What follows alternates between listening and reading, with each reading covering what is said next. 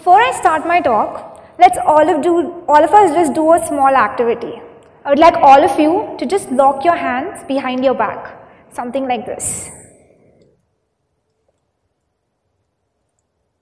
And now, I would like all of you to try removing your mobile phone out of your pockets.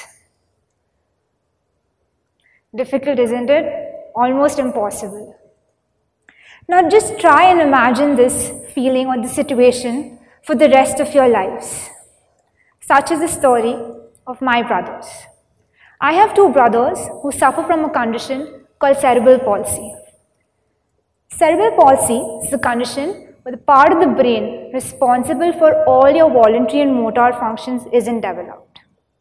I remember this one time, I was just 10 years old. It was around lunchtime and there was no one to feed my brothers food. My parents weren't at home. I called the watchman below my building and I asked them to help me put them onto the chair. And I remember feeding them food all by myself. From that day onwards, I realized that whatever career decisions I made in the future would always be dedicated to helping them, to making their lives easier. And it just doesn't end at making their lives easier, but it is that feeling, that sense of independence that I wanted them to feel. You know, it just doesn't end at feeling.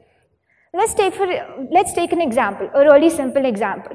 When we wear clothes, it's so easy for us, right? We put our hands up and the clothes we just have to slip our clothes in. But for them, since they have severe spasticity or spasms in their muscle, wearing clothes is also very difficult. There's a very cliche phrase, where there is a will, there is a way. But it's actually very true. I was very fortunate to be a part of the MIT Global Startup Labs that was held in Bangalore this summer. Out there in this program, we were supposed to tackle problems and challenges that bothered us the most. And that's where I met my team. We call ourselves Spoonful. Whatever we had to do in just 6 weeks. And here's a demo of what we did. We designed an automatic assistive feeder that would automate the entire process of feeding.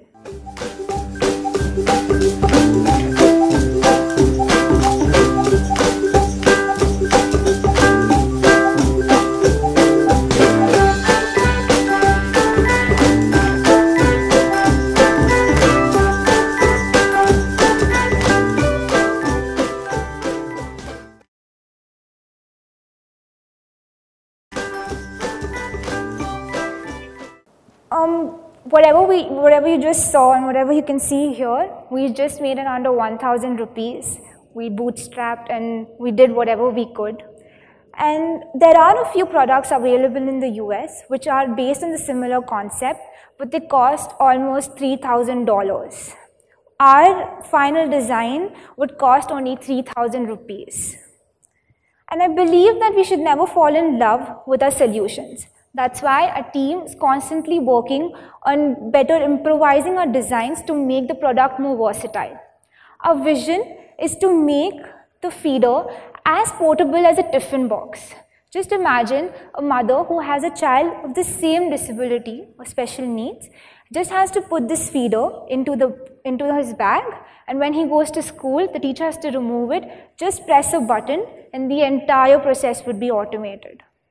Now, this child wouldn't have to miss school again because his mother is not available to feed him food. Only 3 to 4% of the entire population, when they get to know their child is diagnosed with any condition like cerebral palsy, follow up for either therapies or any sort of things that could actually reduce the disability.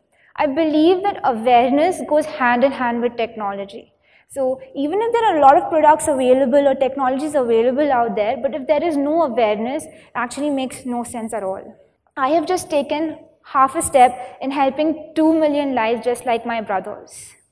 I think and I believe it's high time we start bridging the gap between disability and ability with the right amount of technology and human-centric design to make them feel sense of independence and empowerment. Thank you.